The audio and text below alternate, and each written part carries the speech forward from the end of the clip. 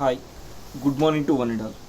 In previous lecture, we discussed about TIG welding process. Okay, in this lecture, we will discuss about MIG welding, that is metal inert gas welding. That is, we are using inert gas. But inert gases is used as a shielded gas to protect the weld pool from the oxidation process. Okay, it is another inert gas technique, that is metal inert gas welding. The main difference between TIG and MIG welding is in TIG welding case we are using a non-consumable electrode. In MIG welding we are using consumable electrode. Okay. Next, coming to MIG welding. Here MIG stands for metal inert gas welding, or sometimes it is also known as gas metal arc welding. Next, this welding is same as TIG welding except a non-consumable electrode. It is replaced by a consumable electrode wire. Next, this process is automated or semi-automated arc welding process in which inert gases are used as shielding gases as a consumable wire electrode used. Next, this welding was developed to welding aluminum or other non-ferrous metals in 1940.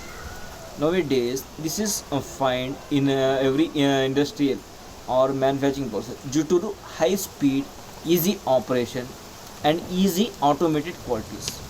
Next, it is mostly in sheet metal industries or in automobile industries due to the application of high welding speed. Next, coming to principle. Here MIG works on the same principle of TIG or arc welding process. Here the main difference is already we discussed, that is electrode. That is in TIG welding process we use non-consumable electrode. In MIG welding process we are using consumable electrode. Next, it works on the basic principle of heat generation due to the electric arc. Next, this heat is further used to melt consumable electrode and base metal plates, which solidify together and makes a stronger joint. Okay. Next, the shielded gases are also supplied through the nozzle, which protects the weld zone from the other reactive gases. Like this gives good surface finish and a stronger joint. Okay. Next, it is the diagrammatic representation of MIG welding. It consists of nozzle. In nozzle, we having three that is current conductor, solid wire electrode, and shielded gas. In TIG welding, only we supply two. That is in that solid wire electrode is not two. In this MIG electrode, we are supplying three elements into the nozzle. Next, it is the movement of the electrode in right to left. Next, wire guided and contact tube. It protects the tungsten electrode. It holds the tungsten electrode. Next, here it is the solidified weld material. Next, nozzle, shielded gas to protect the weld pool from the atmospheric gases. Next, arc between the weld nozzle, that is tungsten electrode, and the workpiece. Sorry, not tungsten electrode. Okay. Next, main equipments used in, that is a power source, wire feeder system, welding torch, shielding gases, regulators. Okay, these are the different equipments used in MIG welding. It is the equipment setup, that is it is the gas supply. Next, control for the governing wire current, gas flow and cooling water system. It is the wire feeder roll. Next, it is the contactor. Next, DC holder. Next, shielding gas and welding torch and the workpiece. It is the working setup of MIG weld. Next, coming to power. Here in this type of welding process, DC power supply is used with reverse polarity. That is, electrode is positive and Workpiece is negative, that is more amount of heat will be developed at electrode. Next, in reverse polarity, that means electrode in case of MIG welding, electrode it is connected to positive terminal and workpiece to negative terminal. Okay. Next, it is due to principle of electric circuit, which states that 70% of heat is always at the positive side. Okay. Next, so reverse polarity ensures that maximum amount of heat is liberated at the tool side, which melts the filler metals in proper way. Next, straight polarity can use unstable or that results into the large spatter. Okay. Next, the power source consists of a power supply, transformer, rectifier, which changes AC into DC, and some electronic controls which control the current supply according to the weld requirement. Okay. Next, coming to wire feeder system, we know that the MIG welding needs continuous consumable electrode supply for welding two plates. Okay. Next, the consumable electrode used in the form of wire. This wire is continuously supplied by wire feeder mechanism or system. Okay. Next, it controls the speed of the wire and also pushes the wire from the welding torch to the welding area. It is the functions of wire feeder system. Next, these are the available in different shapes and sizes. It consists of wire pull holder, a driving motor, a set of driving rollers, and wire feed controls. These are the different mechanisms used in wire feed system. And the wire feed speed is directly control the current supply through the power supply. Next, if the wire feeding speed is high, it requires more current in welding zone to produce proper heat for the melting of it. Next, coming to welding torch. This torch is slightly different as used in TIG welding.